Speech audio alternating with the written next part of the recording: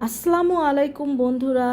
আজকে নিয়ে এসেছি মজাদার একটা মাছের রেসিপি, আর সেটা হলো বাইন মাছ রেসিপি।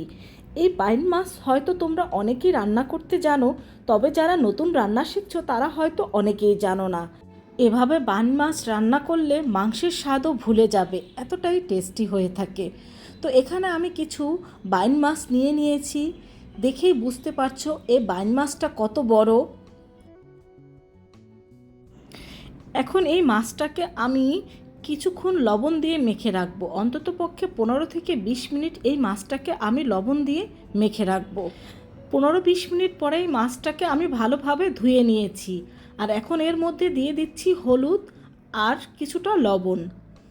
এই লবণ হলুদটা এই মাছের সাথে আমি ভালোভাবে মিশিয়ে নেব, এবং এই মাছটাকে এখন আমি ভেজে নেব। তো চুলায় আমি তেল গরম দিয়ে দিয়েছি, এখন এর মধ্যে আমি মাছগুলো দিয়ে দেব। দেখতেই পাচ্ছ আমি খুন্তি দিয়ে এই মাছগুলো দিয়ে দিচ্ছি। বেশিরভাগ ক্ষেত্রেই দেখা যায় হাতে তেলটা ছিটে আসে, এজন্য আমি খুন্তি দিয়ে বেশিরভাগ সময় এভাবে মাছটা দিয়ে থাকি। তো মাছটা কিন্তু আমরা বেশি ভেজে নেব না, মাছটা আমরা হালকা ভেজে নেব। তোমরা জানো হয়তো বান মাছটা কিন্তু অনেকটা শক্ত হয়ে থাকে, তো বেশি ভেজে নিলে কিন্তু এটা আরও অনেক বেশি শক্ত হয়ে যাবে, তাই এটাকে আমরা হালকা করে ভেজে নেব। তো এক পাশটা হয়ে গেলে কিন্তু আমি অন্য পাশটা উল্টে দিচ্ছি। তো এরই মধ্যেই কিন্তু আমাদের বান মাছগুলো ভাজা হয়ে গিয়েছে। এখন এই বাইন মাছগুলো আমি তুলে নেব। তো এই মাছগুলো সব তুলে নেওয়ার পরে একটা প্যানে আমি তেল গরম দিয়ে দিয়েছি। এখন এর মধ্যে আমি দিয়ে দেব 1/2 কাপ পরিমাণ পেঁয়াজ কুচি। এখন এই পেঁয়াজটাকে আমি ভালোভাবে ভেজে নেব। আর এখন এই পেঁয়াজের মধ্যে আমি দিয়ে দিচ্ছি কিছুটা গরম মশলা। এখানে ছোট ছোট দুটো তেজপাতা, দুটো এলাচ ও 2 টুকরো দারচিনি ও 2টো লবঙ্গ দিয়ে দিয়েছি। এখন এটাও আমি পেঁয়াজের সাথে ভেজে নিয়েছি। কিছুটা পানি দিয়ে দিয়েছি মশলা কষানোর জন্য। দিয়ে দিয়েছি 1/2 টেবিল চামচ হলুদের গুঁড়ো ও 1 টেবিল চামচ মরিচের গুঁড়ো আর 1 চা চামচ জিরা গুঁড়ো।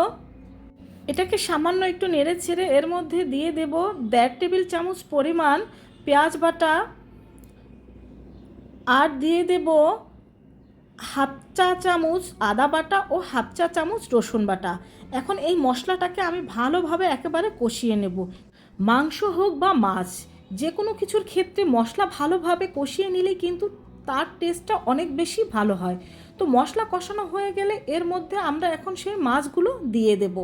আর এই মাছটা দিয়ে দেওয়ার পরে কিন্তু এখানে আমি 3 থেকে 4 মিনিট এই মশলার সাথে মাছটা ভালোভাবে কষিয়ে নেব।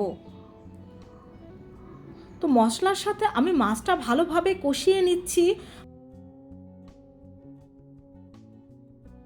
এখন এর মধ্যে আমি দিয়ে দেব স্বাদ মতো লবণ। তো লবণটা দিয়ে দেওয়ার পরও আরও আমি 2 মিনিট ভালোভাবে কষিয়ে নিচ্ছি। এখন কষানো হয়ে গেলে এর মধ্যে আমি দিয়ে দেব পানি, আর এই পানিটা কিন্তু আপনারা অবশ্যই গরম পানি ব্যবহার করবেন। এখানে আপনারা যে পরিমাণে মাছ রান্না করবেন সেই পরিমাণ অনুযায়ী পানিটা দিয়ে দেবেন। তো এখন পানিটা দিয়ে দেওয়ার পরে একটা ঢাকনা দিয়ে এটাকে আমি ঢেকে দেব। 3-4 মিনিট পরে ঢাকনাটা তুলে আবার আমি এই মাছটাকে ভালোভাবে একটু নেড়ে দিচ্ছি। আর এটাকে কিছুক্ষণ নেড়ে দেওয়ার পরে এর মধ্যে এখন আমি দিয়ে দেব কিছুটা কাঁচামরিচ, আবার এটাকে আমি ঢেকে দেব। আর এই মাছটা 15 থেকে 20 মিনিট সময় লেগেছে আমার রান্না করতে। তো আমাদের মাছটা কিন্তু এখন হয়ে এসেছে। মাছটার ঝোলটা আমি এরকমই রাখবো। এখন এটাকে আমি নামিয়ে নেব, আর নামিয়ে আপনাদের সার্ভ করে দেখিয়ে দিচ্ছি যে আমাদের বাইন মাছটা কতটা পারফেক্টভাবে রান্না হয়েছে। আর এই বাইন মাছটা ভালোভাবে রান্না করার ক্ষেত্রে কিন্তু সময় কম বেশি লাগতে পারে, কারণ মাছের সাইজ অনুযায়ী এটা সিদ্ধ হতে কম বেশি সময় লাগতে পারে। তো তৈরি হয়ে গেল আমাদের সেরা স্বাদের বাইন মাছ রেসিপি। আর এভাবে রান্না করলে মাংসের চাইতেও খেতে অনেক বেশি টেস্টি হয়ে থাকে এই বাইন মাছ। বাসায় একবার হলেও ট্রাই করে দেখো, দেখবে তোমাদের কাছেও খুব ভালো লাগবে। সবাই ভালো থেকো। আল্লাহ হাফেজ।